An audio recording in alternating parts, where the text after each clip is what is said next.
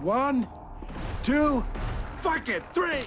Dead Island captivated players earlier this year with a stunning trailer, which finally put the co-op Zombie Slayer on the map for many, despite being announced 5 years ago. Is this undead resort a player's paradise?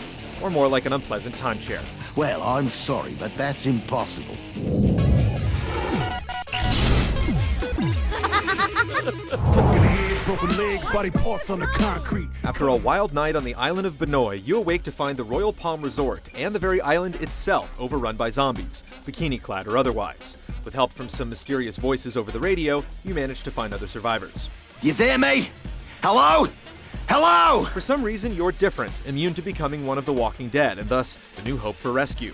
From there, it's a thin string of story where survival trumps narrative as you gather supplies, rescue people, and make your way through the island. There are occasional hints as to why this zombie outbreak is happening, and the story picks up speed toward the end of the game.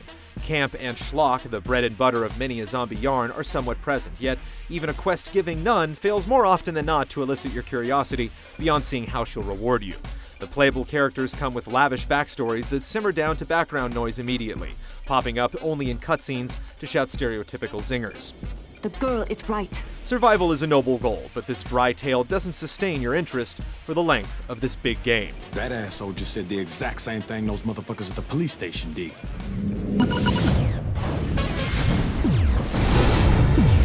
These people are gonna help us. The island of Banoi is large and varied, presenting dozens of hours of exploration and plenty of quests, some of which are vital to progressing the paper-thin plot, while others are just there for loot and experience.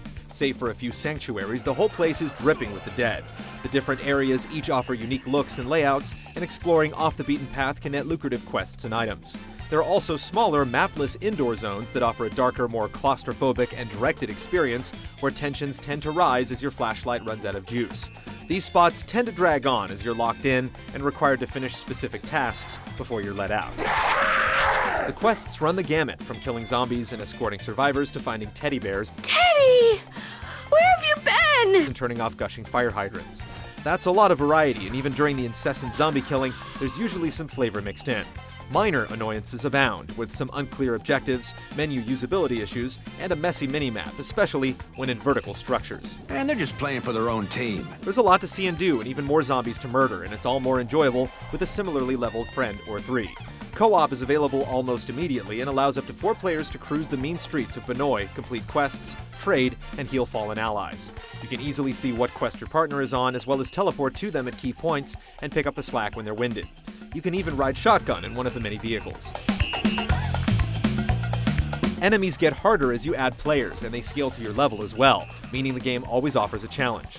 As a result, XP grinding is non-existent, and you'll always be able to tackle any mission you encounter. While it would have been nice to be able to slaughter some low-level zomblings, it's even nicer to be able to progress at your own pace without hitting artificial barriers. Dead Island's creative objectives and changing environments more than make up for the lackluster story and interface oversights. It's a game that can take scores of hours to complete, and there's plenty of replayability after the campaign is finished as you try to max out your level and acquire the best gear and collectibles. Ow!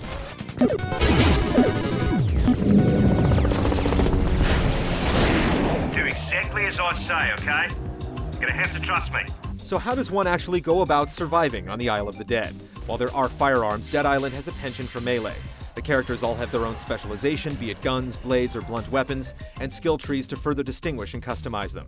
No one is really stuck in any particular role, however, making any and all weapons desirable.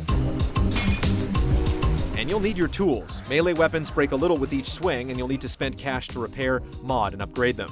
Don't get too attached, since over time, better weapons, both common and rare, will replace that axe you spent a couple grand on. Scavenging for greenbacks, weapons, and recipe parts is an ongoing chore that rewards mechanical thoroughness more than the ability to spot hidden caches. Food and energy drinks act as small heals, with medkits being particularly rare and expensive. Capitalism still rules supreme even during the apocalypse, and you'll lose 10% of your cash if you die.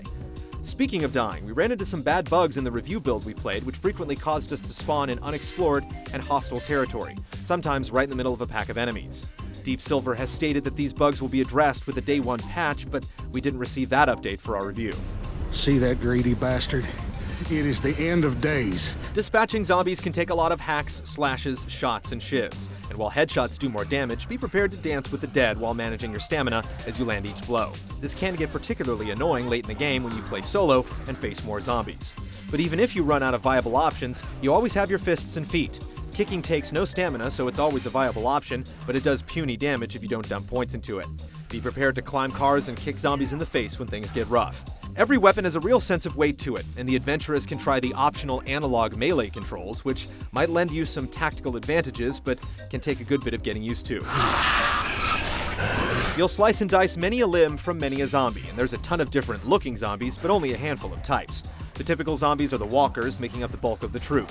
Then there are fast-infected, brutish thugs, exploding suiciders, and puke-filled floaters, plus a few more in the later levels.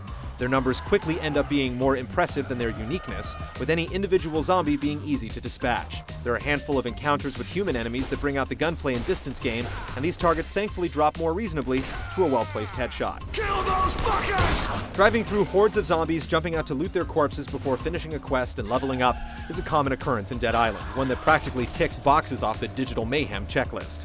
The game's economy and loot do much to keep things challenging and interesting, and if you play in brief bursts, the repetition of constant scavenging and wall-to-wall combat doesn't mar the experience. Extended sessions are best played with friends though, lest you resort to canning zombies to death. My muscles are starting to cramp up.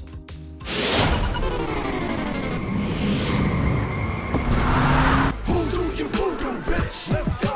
Dead Island's chrome engine is uneven. Human characters have a marionette-like sheen, and the lush locations are characterized by plentiful pop-up. The zombies and their maimed limbs do the genre justice, though, and punching out the damaged glass of a windshield looks pretty amazing the first time. If you like cars, get used to seeing it again and again. The voice acting is earnest enough, but the quips come at such a high frequency, you'll want to avoid other survivors. You look like you've been to the bloody ringer. Soloists might enjoy a long weekend on Dead Island, but this isn't a game for the separate vacations crowd. The combination of Twitch action with an MMO's girth, minus the grind, cements the game as co-op classic. There's some brain-dead repetition as you down brain eaters, but the rising challenge and resource management means you'll always be mindful of your tasks. We're staying with the plan, or I'm taking the car and you're on your own.